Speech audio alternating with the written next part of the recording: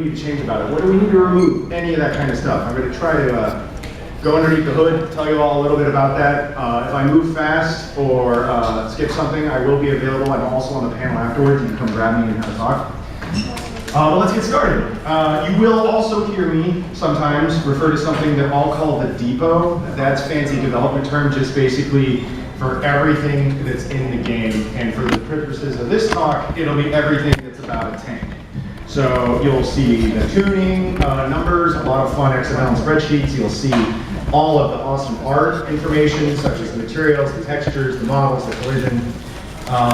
All of that stuff is in the depot. So if I ever make references for that, that's what I mean by the depot. But let's do some fun stuff. Like for instance, how many tanks do you think we have to deal with currently? And I'm not talking about just like tanks that are in Tech Tree and Premium. All the tanks we have in the depot, which includes some of our test tanks, some tanks that just frankly aren't released yet because they're not ready or they're supposed to be surprises, and even tanks that only the AIs use. Let's start with like really simple. Like what do you guys think? Like what's a good guess? What's a guess? 550. Go higher. Who's next? 1,000. That's cool. That's not quite that high. One more guess. 2,200. 2,200. That's even higher than 1,000. It's still a little high.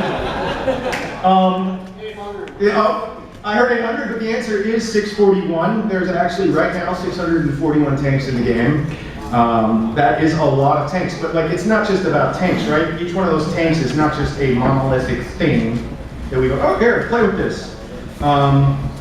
How many ammunition loadouts do you think in the game? And I'm not just talking about like AP, HE, all that stuff, like specific calibers of rounds that every individual tank can use. Some are shared between tanks, some are not.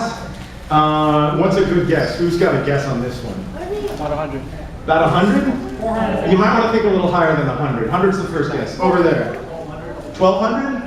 Okay, what do you think? Yeah, go ahead. 453. 453. Well, here, I'll go ahead and reveal it. It's actually 907. So there's 907 types of ammo in there. Like some of that stuff, to be honest, just to give you context of what you're guessing, is like the Lunar's laser beam. Some of that is the Tugboat's artillery shell. But those are all the shells that we've adjusted and tuned, including like the T95 shells, including the T1 Cunningham shells, all that good stuff. Let's make it a little more fun. For this one, I'm going to only take 3 guesses. How many people are familiar with The Price is Right? You know that game, whoever gets closest without going over is going to win something. Hey Arlette, what do you think we should give away for the first one? A polo. All right, this is for a polo. Before I get this, I need 3 brave volunteers. Thor, can you just pick 3 brave volunteers for me that are holding their hands up? Yes. 1, 2, and 3. So if you got called up, you get to come up and stand next to me because I didn't pay attention. So come on. All right, you 3.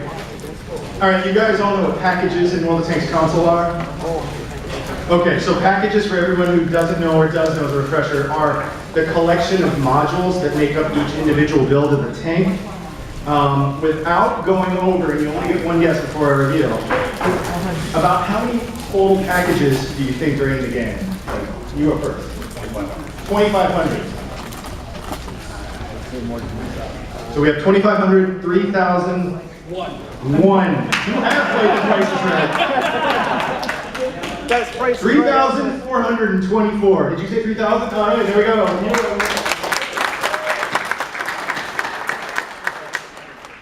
But we can get any more fancy than that. Now, each one of those packages, of course, is made up of modules. And modules are guns, turrets, chassis, engines, yes, even fuel tanks, even though we don't expose those because the impact of the game, you can't really customize a fuel tank, and radios. Now, I'm going to need 3 more volunteers, and this one might be for a T-3488 in some time, I don't know. That sounds kind of a cool metal bonus card. You know what, Arlette? I need you to pick 3 people with their hand up.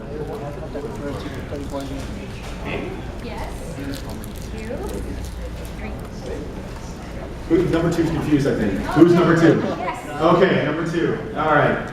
So, stand in the order you think you should. There we go. Oh, okay. All right. Not including crew. So don't think about crew positions, but out of the guns, the turrets, the chassis, the engines, the fuel tanks, and the radios for the entire game, for all 641 of those tanks. How many modules do you think are in the game? 30,000. 30,000 is this guess. How about you?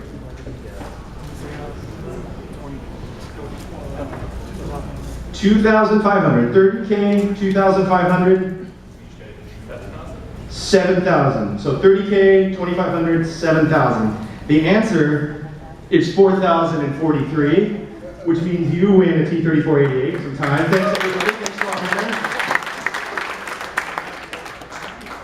So it's fun to talk about that stuff, right? But like the reason I present all of that stuff to you is there's a lot of moving parts to this game. And when we tune anything, when we look at any specific tank, gun, shell, radio, you name it, it's all in balance within the battle tiers of the fight, all that good stuff.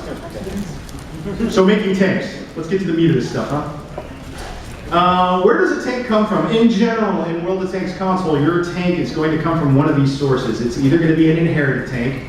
Right there we can see the T95 as it is on the PC hanging out there in the field, and then the T95 hanging out in the World of Tanks PS4/Xbox One garage. A hero tank, which is usually a tank that we've modified or adjusted somehow and painted to be really awesome. It's usually a premium tank. Right there you got the Freedom tank, one of my personal favorites. There's a fun story about the development of that I'll tell you guys offline. Console exclusive tanks like the AMX Chaffee, where we looked at some of the weirder tanks that either barely existed or only existed on paper. French turret, American chassis, that's a fun one. Or the fourth kind of category is event mode tanks. And right now we have the Mark I there, which is massively huge. Actually, honestly, it's a little bigger than it should be, but it was super fun to play in that event mode. So we went big instead of going home. So out of those four tanks, how do we really make those tanks? Now, I can't really go like super detailed. This isn't going to be symposium where you get homework and all that stuff, but I'll try to give you a high level and see if it helps out. So one of the first things we consider once we've decided what the tank should be is the collision.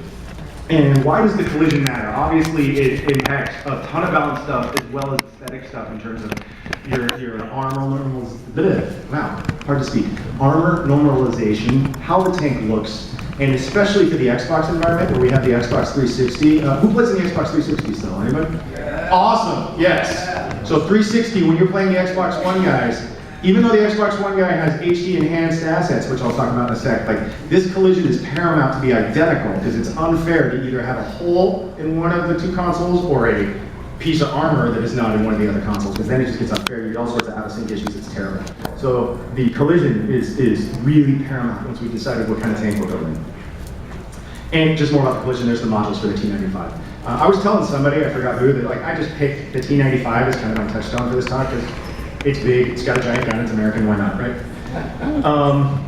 All right, so then models, and this is something I kind of touched on. We build the model. Usually it's not collision then model, they happen in parity. But right here we have the SD, which you'll find on your Xbox 360. And then we have, and I'm sorry I couldn't match the camera perfectly, like the field of view is a little wrong, so it shifts. That's my bad. There is the HD version, which lives on the bone in the PS4. You can see, I know it's like a tiny picture on a tiny presentation, but you can see like the tracks are one chunk there, and then it actually has the two tracks on one side. All sorts of extra detail, because if you have an awesome next-gen console, that's what you expect it to look like, so we do due diligence to make sure it works. And still give love to the 360 players, which is where we all started. Economics and progression. Is this a tech tree tank? Is this a premium tank? Is this an event tank? If it's a tech tree tank, where does it live?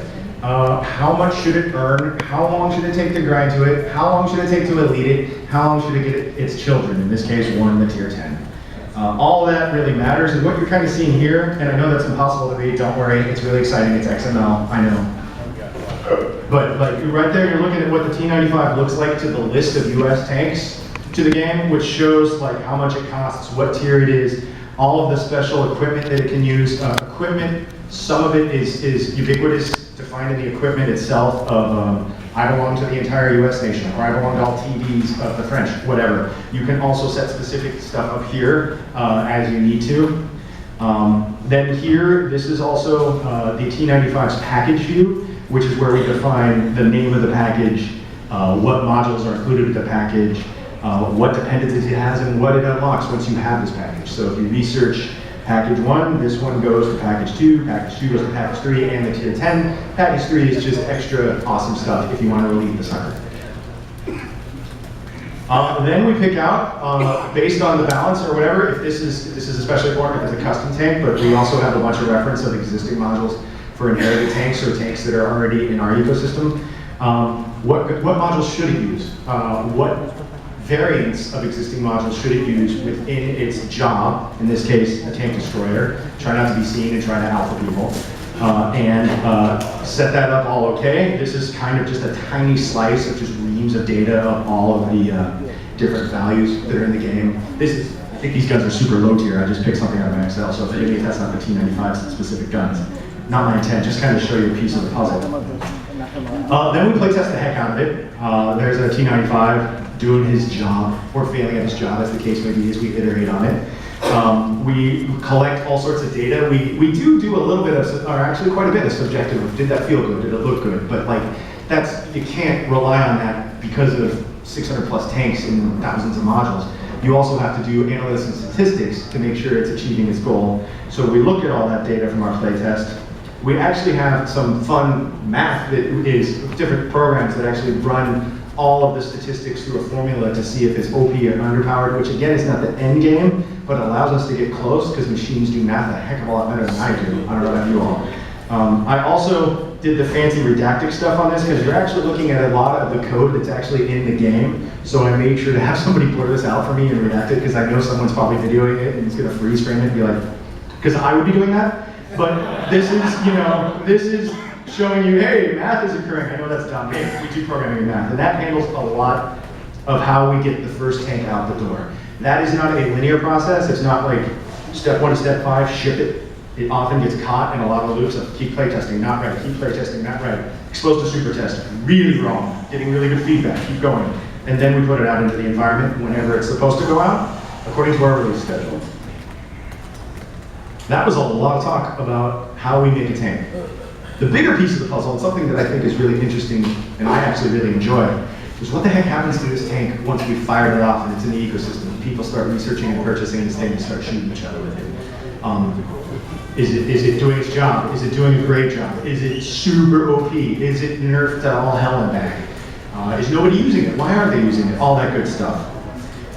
This, I'm actually pretty proud. I actually kind of got shocked as our creative director. I showed him the slide and I'm like, these are actually screen grabs from our Tableau website, our analytics. Can I show this to these guys? And like in 5 minutes he comes back and goes, yeah, that's fine. So like, great, I get to show this to you all. So a little peek underneath the hood of the numbers of World of Tanks. All the numbers you're about to see are from August of this year. So the entire month, first to the last of August. And it's only random battles, sorry. It's not anything with war stories, it's not anything with team training, because those ecosystems behave differently. We start with win-loss. Win-loss is our canary in the coal mine. And we start big and work our way small into specific issues if issues are arising. What you're looking at right now is the percentage of wins by nation, and I mean by tank nation, which is obviously big. You can see it's pretty much 50-50. You can see the check line for some reason seems to be the leader of the pack with probably 51. I can't read that from here. And it looks like Germany might be the least successful. Now, that's not something to get scared about. It's not like we need to buff Germany or we need to nerf Czechoslovakia. Because we also have to keep looking. The problem with stats is you can easily prove what you think might be true. You can get confirmation bias really quickly unless you're really specific about the question you're trying to answer. It's often really, I do this myself, a knee-jerk reaction to be like, balance is 100% damage output, or balance is 100% armor, how often bounce shots happen, all that stuff. You have to consider everything. How many people are using this tank, what's their skill level, all that stuff. So let's keep tunneling, shall we? This isn't a good picture yet. We compare number of battles to popularity. This is ownership by class at tier 9, which is why you're not seeing any lights. You all like your heavy tanks. You guys love to play your heavy tanks there. And the SPGs, not so much. But there you're kind of seeing who is playing what class, how often, in kind of a bubble form. Again, this is still like class, so it's kind of a fuzzy piece of data. It's more just interesting, which is why I'm showing it to you. I can't really make any tuning decisions based on this. It could also just be release cadence, right? There just might be more heavy tanks, perhaps, and that's why people are playing them more. You have to tunnel into all that data. So now let's look at every one of the tier 9 tanks by a different way to look at it. You guys love your E75, apparently. There's a lot more of those guys going out there in terms of owned in your garages. 212A, the Russian tier 9 arty, not many people on that one. Not many garages full of that one. So we may do a splinter task, but why is that? Is it because it's artillery? Is the Russian artillery got a problem? Is this okay? Sometimes a low population is not a problem. Again, just kind of an interesting way we look at this data. Let's keep looking at Tier 9 artillery, tank destroyers. Again, I picked that because T-95 just occurred to me, so it's my presentation, I'll do what I want. So, underneath the hood, fun fact, TDs are called AT-SPGs, so if you ever see that, that's a TD. That's just what it's called in the code. Not many people AMX-50 Foshing it there, a lot of T-30s, a lot of Jag Tigers. This is average unique accounts that own this tank. Now, another thing that we have to consider is this doesn't mean they're playing that tank. It just means it's in their garage. Like, honestly, this is also ticking someone who bought the tank and then his house burned down and he lost his Xbox and he never played again. That's going to count in these analytics. So you can't react and say, we need to do a sale on the 122.54 so people buy it more. It's just more interesting data. All right, here, this is something you might be interested in. This is, oh God, I'm barely reading on my slide here. This is the earn rate for all Tier 9 Tech Tree TVs. So you can see, oh, hold on, man, tiny numbers. They're all really super close. This is another thing we look at because tanks have different responsibilities in terms of their earn rate. Now, you also have to consider net versus gross and also pre and post bonuses like daily tubes, operations, premium time, all that good stuff. And what you're kind of seeing from left to right is the crew XP, which is called Tankman XP, the tank XP itself, vehicle XP, free XP attorney, XP, and then also underneath the hood, silver's called credits. So that's how many average credits per battle for last month each one of these tanks earned in random battles. So there's no real problem here. You might notice, and this is actually by design, I'll show you a different way to look at some data, that this would be kind of hard to read. I'd have to probably pull this down into the Magic Design Tool, Excel, and do a whole bunch of graphs and figure out what's going on here to make sure we're okay. Let's look at win-loss. And also, when you're looking at this here, this is for the entire month, but obviously I didn't scroll the table to the right, and this is a picture. What you're seeing is color-coded based on numbers on a percentage. Red doesn't mean problem, it means higher than the average. And blue doesn't mean nerfed, it just means lower than the average. And so, like, if the average and the normal, and the median, math, have a specific value, this could look like a lot of red or blue. That doesn't necessarily mean it's a problem, it just means it's another clue for you to look at. And so, like, for instance, here you can see the win-loss for a couple days there. The AMX-50 Foch had a pretty good day. And then the SU-122 did not have a great day a couple days there, but overall, we're pretty much in the green and yellow, which is where you want to be for win-loss. One thing I would say if I was a player is like, win-loss isn't just for me, man. Did I get on potato team? Like, can I be the best player in the universe, and then there's a platoon of 5 people on the other end, and I'm just screwed, so that's not going to be accounted for, is it? So now we're looking at number of players and popularity. So this is number of battles per tank. And now you can start to see how this can influence the data. Like, for instance, if you look at like the T-95 and the AMX-50, see how those are dark blue? Not many people are playing those tanks. So that can mean that their skill can make a tank either look amazing or garbage. If there's less people playing, they're way more susceptible analytic-wise to what their skill level is. You get much more concrete, is this tank OP or underpowered, when there is a ton of people using it. So, like, for instance, right there in the middle, I believe you are, sorry, RD3, that's the Waffentrager. There's a lot of people playing that sucker. So that can give us a lot of popularity, and maybe its numbers are a little more solid. Let's see. There is survival rate alive at the end of the battle as a percentage. You'll see also there we got the Waffentrager and the T-95. The T-95 is a tough nut to crack. It's often alive at the end of the battle. I believe that's the Tortoise. Let me scroll down here. Yeah, the Tortoise dies a lot, doesn't it? Is that a problem? I don't know yet. But again, here you are. You're looking at the exact same numbers we do per day, and you can see if these things are living. But even though they're just living, let's take another look. It's like lifespan. Whoa, T-95 looks like it's really hard and a long time to kill that guy. Or is it? Is it because it's slower than me when I'm crawling on my hands and knees so it doesn't get into battle quick? I don't know. We got to check its average travel distance and all that stuff. But if you just want to look at survival rate, boom, looks like we might have a problem there. it actually isn't a problem, really. It's a good case in point that if you look at one thing and decide you're going to freak out about something, it's really easy to do that, right? I can make a case in point right now that the T-95 is OP, you can't kill it. Screw that tank. And then someone will be like, it's super slow, I never even seen it in battle, what are you talking about? And someone else might be like, nobody really owns it, or hey, I'm gonna go buy that tank. You gotta really tunnel in and cross-compare all these numbers and how they're interacting with other tanks in the ecosystem. Damage blocked, look at that, the poor waffle. It's blocking single digits, meaning tier 1s look like they can move around, who knows, but.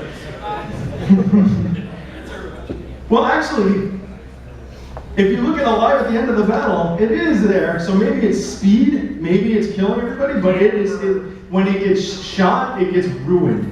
And the T-95 is just like, yeah, come at me, bro. Matter of fact, it looks like we need a one-on-one battle between the T-95 and the waffle, don't we? We just see which one of these bars, maybe that'll make us a green bar. But there you go, you're looking right at it.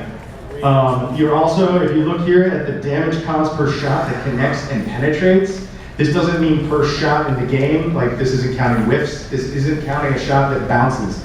You might want to notice a little tank in the corner, it's not the waffle doing all this stuff. You've got yourself an Object 7404 down there, which is ruining lives. So remember, damage output is not always balanced or unbalanced, but this paints a really interesting picture, doesn't it? You guys are all going to get the Object 7404 after this. Look, it still continues. This is average damage per battle, so that thing is doing a ton of damage. So what is interesting though is if you look at its win-loss, let's go all the way back. Win-loss is pretty much on the average, and number of battles in popularity is mid to low. So is that going to go up after this meeting? You guys aren't going to go for that one. But it's something, honestly, based on our analytics and talks we've actually started looking at. We look at all this stuff all the time. Our goal is always to take a tank that is the worst and try to nudge it more close to the normal line. Also, an interesting thing that I'd like to talk about is that balance and tuning are not the same thing. If we were able to, in a magical world, which I promise you we'll never be able to do, give you the most perfectly balanced game, like perfect, textbook, done, that means you would lose every other match. 50% win-loss is perfection. That doesn't sound great. You gotta have some of the edge cases. It's gotta account for your skill. It's gotta account for the equipment consumables. Premium rounds, you choose to load them. Your premium time's gonna give you more of your XP and stuff, even if you are losing. But we can't aim for perfect dead 50. And also, 641 tanks, thousands of modules and bullets. I'm under no illusions that we can get a perfect cohesion harmony, and I don't think it's what we want anyway.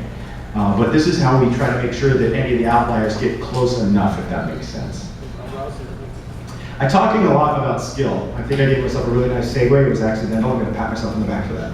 What you're looking at here is a graph of basically player skill from about 40% to 60%, and that's what that orange line means. And the dead center is 50-50. What we use here is if you're a player that wins about 40% of the time, you're going to be all the way there on the left. Yeah, left.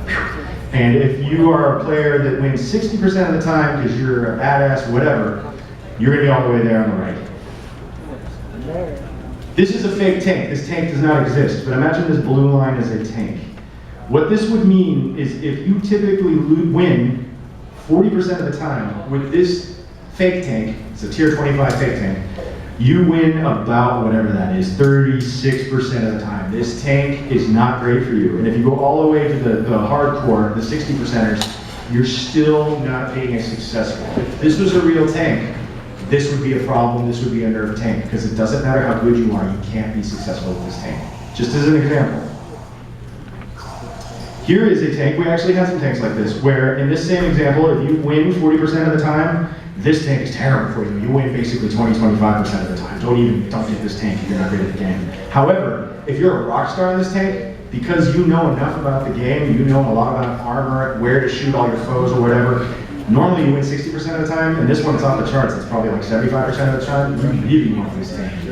These are exceedingly hard to balance. I'm glad we don't have, I think, any of these right now, because skill factor being that big of a swing, it's hard to account for, and nor do you want to really rob someone who's good at the game from getting rewards. But clearly, if like everybody who's good starts dogpiling this game, that would be a problem. Also keep in mind, this isn't an equal population distribution. This doesn't mean there's exactly 100 people at 40% and 100 people at 60%. There's a lot less people on the top of that rung right there. All of you guys with the really high rank battles and all that stuff, that's where you guys live. So let's look at something real. This is the T95 as it existed last month. That's it, straight up. You can see that it's kind of, I'll call it a sine wave. It's not really. But if you are not a great player, this is not a great tank for you. Probably because it's so slow, its reload rate, you name it. You're just going to get in a bad position, not know how to fix it, and get just mobile traded. And then honestly, if you're a run-of-the-mill average player right there at 50, it looks statistically like this is a good tank for you. It's performing a little better for the people that are right in the middle of the road. I mean, not like a gigantic amount, but what is that? That's like 5%? That's statistically significant. And then all the way up at the top, until you get to the creme de la creme, it starts getting bad again. And I think part of that is probably because players that are just as good as you know how to track you and destroy you. Like you're fighting guys that know how to turn this tank into kill. That's my guess, I don't know that. So what do you do if it's a waveform like this? You do nothing, you can't do anything with this data. It becomes interesting again, because there's no way that I could tune the T95 only for people that win 40% of the time. Your tracks are a little thicker, but what the hell would I do? There's nothing you can do with this. The main reason that this thing is useful is if it's always above, always below, or has a sharp skew on either end, or I guess in the middle, although I've never seen that. But I do think it's important to show you guys that we look at this stuff. We actually cross-compare the tank to skills. I see hands, I will have time for questions at the end. I'm not ignoring you, I promise. So there, that kind of makes sense, I hope. So what do we do now? Is there a problem? We looked at all that data. There's actually data I didn't have a chance to show you just because I could probably do like a 4-hour presentation on this. There's just reams of data. We can look at do it. Say again? Couldn't do it. Just do it, get 4 hours? All right. Oh, we can look at heat maps. Is the T95 on Dead City, if it's in grid B7 time, or why are they going, like, we could tunnel into all that stuff, like who are the predators for the T95? Is it the mediums that are Wolfpack winning? Is it SPGs because it's got big fat gas cans on the top and it's just a juicy target for AG? I don't know. Is there a problem? Is the problem impacting gameplay, economy, or both? So is this guy either making his teams hate the fact that his tank's on their team because it's going to be a complete, like, just loss, 1/15 the team efficacy, or is it so awesome the other team just puts their controllers down because he's just going to ramrod over them? Or is it just earning a ton more than anybody else in its battle tier range, or way too little? It can't even make up its earnings because of all of the damage it's taking, its repair cost or whatever. Oops, whoops, too quick. Ah! How big is the problem? Like, again, that sine wave you saw for the T95, there are little problems there that I claimed I don't know how to fix. This is not a huge problem. It's an unsolvable problem. We could tunnel more. Maybe there are specific areas. It could be inferred that low-skill people at the lower tier matchmaking, you could do a matchmaking adjustment to T95. Not enough information to do that. I'm not claiming I will touch the T95 after this presentation. It's just an example. Or is it like, oh my God, this is a huge problem? And it turns out it's not. What factors in tuning variables are contributing to the problem? Is it the stats? Is it the model or armor angle? Is it something else? Actually, I will touch a little bit on the Freedom Tank. When we first made the Freedom Tank and we put in the spaced armor on the front of the hull, our collision validator missed the fact that underneath the spaced armor, the real armor the angle got really shallowed, so it was effectively a huge nerf to its frontal armor. So because it was checking the spaced armor, because that was a new concept. So stuff like that, it's none of the statistical numbers, it's just changing the model's angle on the collision. Stuff like that has happened. We found either errors or stuff that we thought was good that isn't. And sometimes it is just pure numbers, like armor plate number 6 clearly shouldn't be 300, it should be 280 or whatever the right number is. And sometimes it's not even any of these things. Sometimes it is preferred matchmaking. We're allowing this sucker to fight tanks that it will never have a chance for ever. Or we're allowing this tank to dip into the seal clubbing territory. Like, we might as well change the T95 to have a matchmaker preference of tier 1 through 3. That'd be fun for a day. See what I'm actually considering, no, I'm kidding, I'm not considering. We try the solutions. We don't just like stab in the wild if we can at all help it. Like it's really unfair for people that are spending a lot of time and research and grinding up these tanks to just be like, there's some new numbers. Hope that works. I'm gonna close my eyes. We play test it, we go through our super test, we see, we actually can run that redacted code and see what it does to any of the simulations. We do all that kind of good stuff.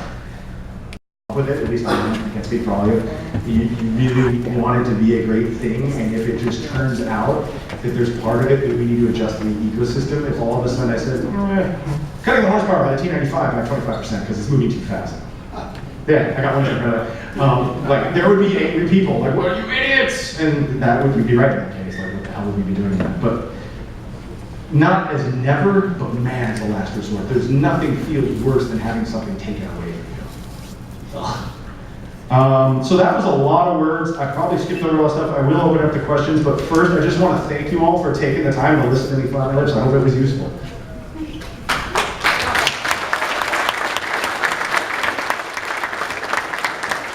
So does anybody have any questions? Right there in the glasses white t-shirt. You showed a picture of the shells. Yes. Is there a way of getting hands on that? I think that can be arranged for sure. One thing that I don't know if anybody noticed, I'm going really fast towards it. If I can find it. Oh, redacted. You meant, sorry, I know it's a waste of everyone's time. This one. Whoop, this one. Yes. Including the Pepsi can at the end for scale reference. But yeah, we'll figure it out. No affiliation with Pepsi, sorry, that's important. Another, yes, black polo. Maps, is there a chance to have 35, 40 maps back in rotation on a daily basis? So the question It seems like a bunch per remove, maybe a dozen. Okay, so the question was, hey, where the heck are my maps? Is that a fair succinct about some of the maps that were removed from the game? About a dozen. We actually are looking into how to get those back in. There is, just to be blunt, size and capacity issues and download issues. We had to pare down some of the maps that weren't being actually played at some of the higher tiers as much as some of the others. I don't have a specific answer. Thor's going to pick up on mic here.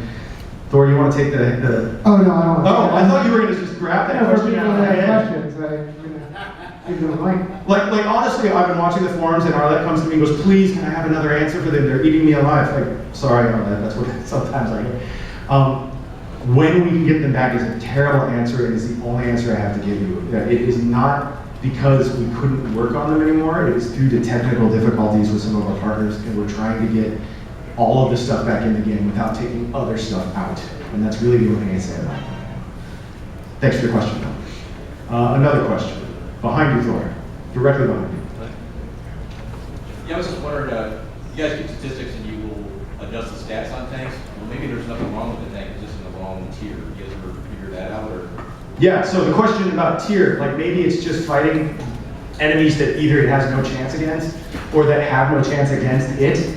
We definitely consider that. Like that's actually underneath the hood, we'll call that preferred matchmaking. There is a system of class per tier to tier range that it can fight that is kind of a default bucket that a tank gets into if we haven't overridden it with a custom variable or value. That is something we do look at. I've actually, every once in a while I take another peek at the PZ2J, which I think you can only get if you go from silver to gold on Xbox Live, I think. And like sometimes I look at that battle tier because I feel like it's just a bounce machine. But yeah, that's another place where we can look at like, I don't want to thin out a number that's a nerf, but maybe if it fights tougher enemies, which to that tank will feel like a nerf. But maybe sometimes that's the right answer.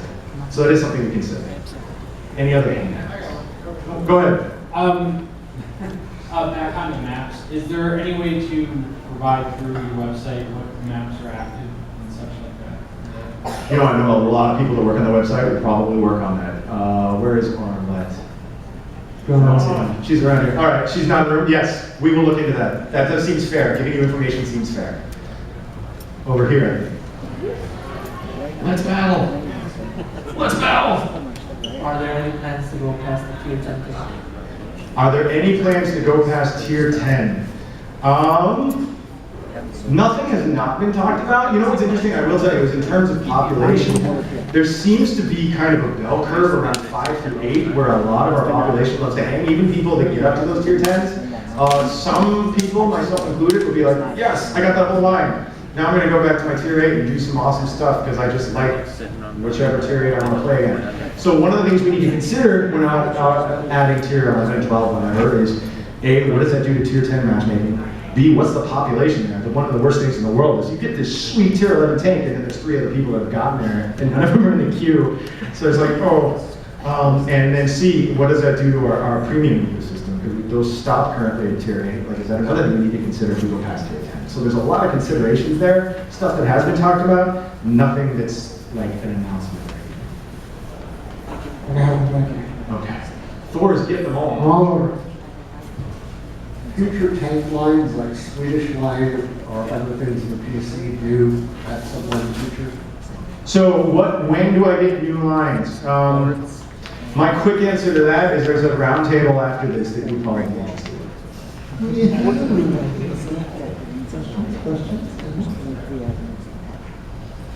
Yeah, but the M5A1 Stewart, there was a change to the gun. It used to be semi-automatic, and now when you fire it, it's fully automatic. All 5 rounds go pop, pop, pop, pop, pop, pop, pop. Was that intentional? Why was that change made? So the systems, it's about the burst versus the auto. So there's 2 systems is with an autoloader, you either have burst fire, which is tap, 5, 10, whatever, N rounds come out, or I can fire N times before I have to reload, in this case, to clip or whatever. Part of the adjustment on that, and this is where having 600 plus tanks makes it really hard for me to go, well, if this is the reason we did that, is none of that goes through an accident, and I don't, just to be blunt, remember exactly why that change was made, just talking to you really honestly right now. When we do any change to any tank, there is, I'll describe this. Whenever we do a version update or change any tank, Leo Flores, who's our tank designer, he does everything that makes a huge list of what he's done. He provides that to Max Chaos and a bunch of people as a list of here's what happened. Second thing that happens is there is a tool we have, which is called Pantheon, which is written by one of the designers, which does a delta between the entire 600 plus tank before and after. And what that does is it may have caught something that maybe Leo or I didn't even know we were doing. Like if we modified a gun for tank A that tank B happens to be used, and because of huge numbers we just forgot that, this will catch that. And we can say, do we still want that? Do we need to make these 2 different guns that have identical stats? What do we do? That also goes in the list for review.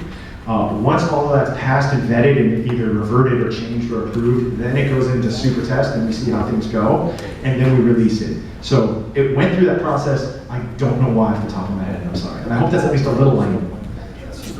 Cool. Can you take a question on matchmaking? Yeah, hit me up. Is there a way to factor in person's skill level? Skill level matchmaking. God, I love that.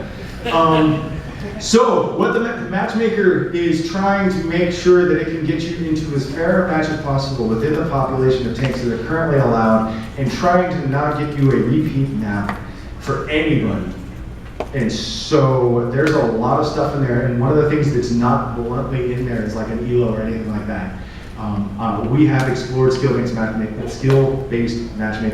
I want it so bad, even if it's like a fail of like, okay, after 30 seconds I'm giving up matchmaking. It is something we definitely explored and investigated and just did not implement it yet. And I think that would make the game, that would certainly change everything I'm looking at, right? Like it would be really interesting to watch what I just presented you before after that went in. We'll keep hammering away at it. Hopefully there'll be an announcement soon, but it's still just one of those problems. You guys keeping Thor busy. Oh, hit me up.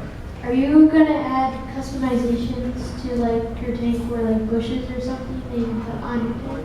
So you want more customization, you want to make your tank look like something that you are proud of. So there is a really cool feature that I don't think I can talk about coming. You can. I can't? Okay. I thought that's, you said can. Cannot? I will say, I think I've answered your question, unfortunately, sorry, but hopefully I'll be up here soon with way more details than Thor putting a muzzle on me. Sorry. You're not sorry. Kind of a follow-up to the that question is the limitations is the main reason the 360. No, I'll say that straight up. Sorry to interrupt you, that's my bad. There are things the 360 causes us, like extra work. I love the 360, I love its audience, but because it is what, 12-year-old hardware, question mark? It is not free to continue to support that system. But God, people keep playing it. This is not the reason those maps are gone. And I will say, it would be interesting if it was, because then we would have a decision to make on Sony versus Xbox, which means, do we as developers want to take half our audience and make them rage or have not? Like, that would be a problem I don't want to have with it. But no, it is not the 360. So, quick question regarding the skill matchmaking. Yeah. Is the ranked battles that you guys have been kind of going in seasons with an attempt to kind of go more into that direction? Yes, actually, I'm glad you mentioned that. So what ranked battles the last season did, if I'm not mistaken, is it tried to match you according to your league first, and then if that failed, it would just say, who's available? Come on in, let's fight. The interesting thing about that is, unlike random battles, that has a communication. You as a player understand, even if you don't know what a league is, you know they exist. So there's at least, you understand why you get matched with somebody. That is part of the equation, honestly, for ranked, for skill-based matchmaking, is making sure you understand why you're fighting who you are. I mean, I guess we could not do that and just do it on the back of the hood and see if it's better, but that's just something else we need to consider. But it is a good place to try in a more controlled environment that is honestly not meant as like a, let's just F around here. If we screw up ranked battles, so what? It's like, let's make ranked battles great. Are we learning anything here that also makes random battles great? In regards to the Xbox 360, when the Xbox One X comes out, are we going to get 4K 60 frames? Do you know that? Oh, the exact stats. You know what? It's really funny. I'm not an engineer, sadly, and I'm not an artist, thank God. Or else I'd have stick figures in the game. I can only give you my subjective for two blunt reasons, is because as long as like the frame rate doesn't give us a V-blank drop where the controls get bad, I just look at it and go, oh my God, that's gorgeous. The actual stats I think are somewhere. I don't have them off the top of my head, and I feel like a fool, so I'm sorry. That's all right. It's better. So I'm discussing the ranked battles, modes of play. So we've got war stories, proving grounds, ranked battles, eventually, hopefully, random battles. Have you seen a dilution in the amount of people playing based? In essence, will it support those many modes of play with the number of players that are this is current? So the question is, are you asking, are we basically stealing from ourselves, our own audience? Yeah, it's diluting the number of players. So so far, no. Then we also look at the population of what people are playing. I will tell you that when War Stories, 5 minutes, thank you, Arlette. I got this sign. When War Stories first came out, it did cannibalize random battles for a day or two. I don't remember the exact, but you know, that's just the new hotness. Like, that's what I really subjectively think it is. It's like, what's this? I'll try this out. And even if like some people, and there are people out there that were like, nah, back to random battles, they still want to try that 1 or 2 times. We think that the population that might be attracted to either random battles or War Stories could conceivably have to be different with enough overlap that it will reach harmony. And we'll see. But like, our intent is not to like eventually just get rid of random battles and it's all single player madness. That's not our intent at all. But it does definitely impact it, at least in the beginning. With Xbox One, I've noticed after this recent update that we can't communicate with the rest of our team while we're in a platoon. Is there a reason for that? Bug. We're fixing it. Actually, the amount of times in the leads meeting I hear our lead engineer, Kyle Wilson, say like, working on I almost said the name of the third-party solution we use. I don't know if that's a bad hat. Working on voice chat, working on platoons. We're scrambling on that one. That we fucked up. Oh, we fouled up, and I'm sorry. Sorry for the foul language. What? It's logged. Okay. Logged that I swore, or logged that there's a plug. Both.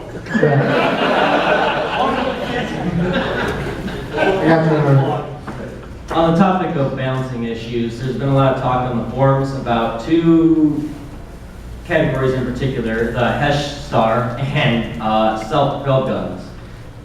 Is there any, did you have any, that we really haven't been seeing any response from the wargaming community about any changes possible in the future to those 2 classes? So the question is about when there's a specific, do you mind if I abstract a little bit? When there's very specific, very vocal comments about either a type of ammo or a specific tank or a specific build, and the players aren't seeing feedback of like, wargaming, are you addressing this? I promise you that stuff, like, we'll get the community team sends the design team every day, like top issues, and we start digging into all the stuff that I just told you about. What I can tell you is we're gonna look into it, and if we're not, I'm definitely gonna look into it now. I can't say, and there'll be a solution by Wednesday, because I have to dive through all of this and say, like honestly, is it a real problem? Where is this problem existing? So this whole presentation has to occur, because I'd rather make the right decision than the fast decision, unless like it's crippling. We have 1 minute left, which means I think maybe 2 questions. Here's one over here. Second to last. Do you plan on having more competitions and possibly clan wars in the future? So I'm all about like WG based. Say again? WG based rather than what we currently have in clan wars, which is kind of an ad hoc situation. Yeah, I got you. So for any kind of competition or tournaments and stuff like that, a lot of features like that, we are working on, and I'm a big fan of. Clan wars, honestly, we've been trying to debate what's the right solution for clan wars. It's a big part of what we're talking about for our next big development push. I don't know what that's going to look like yet. Is it going to be exactly the PC version with that like mini map and everything they have? To be honest, I doubt it. In terms of I want to keep everything in the console environment. Like anytime you have to go to a third-party machine to participate in the game, like part of my design soul was, damn, we should have done that better. So we're looking into the best way to do that stuff. That is on our list of things we're exploring. Because like the community stuff and clans is like home base for community, right? And then all the competition stuff is really exciting. But that's where we are. All right, last question. Here you go. Last question. Make it a good one. Since we got to do physics on the game, I've been able to assess or make available more areas of the map I can get to, but there are still areas where you run into an invisible wall. Is that left in there because of console having different gameplay than the PC as far as where we should be able to put our tanks or boost another tank onto a map location? So invisible walls, that yes, we did place a couple of those when the physics came online, are like our absolute last line of defense. Those are honestly kind of couldn't prevent it, god damn it, but we can't let you up there. It is different than the PC just because our tuning is different. And also, one of the things that we did just before World of Tanks launched on a console ever is we took away the ability to track your vehicles on impact. You can still die, but you'll never break your tracks by doing a super sweet jump, because we're like, that's kind of fun. So if you want to take the damage and move forward. Years later, with the new physics, we find out that inability to get tracked on some of those steep climbs or at some of those rough terrains, if you fall or slip, actually gives you an advantage to climb some areas because it's not doing any crippling damage to your ability to move. And that actually resulted in some areas that are very similar to the PC maps that either we decided or couldn't add geo, and we just glass walled it. But like, no one likes to run into nothingness. That's not fun. But if someone gets past that nothingness because it doesn't exist and is now totally griefing the other team who can't get to him or her, that's worse. So we picked the lesser two evils, and I'm sorry you're running into that. I think that was it. I hope thanks, Thor. I hope people enjoyed, and thanks for listening, and stick around for the next panel.